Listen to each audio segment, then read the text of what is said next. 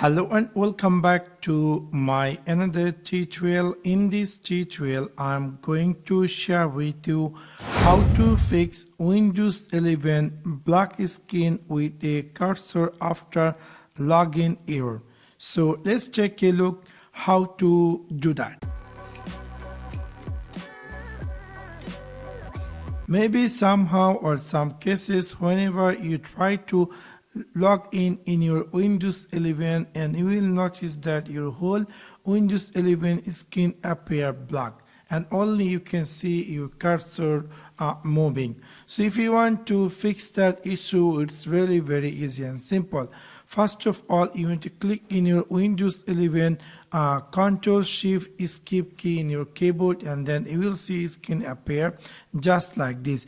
You have to go in your Windows 11 Task Manager. In this Task Manager section, you click here File and click here Run New Task, and then here you have to type a command which is called services.MSc, and then click here OK, and you will see this is services going to be appear.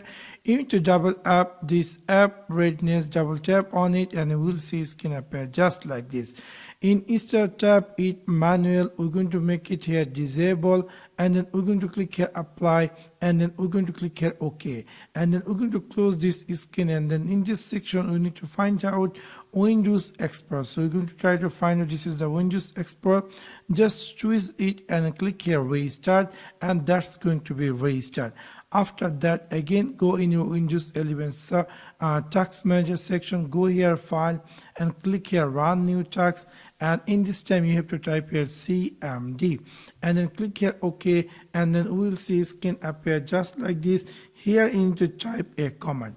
You need to type here shutdown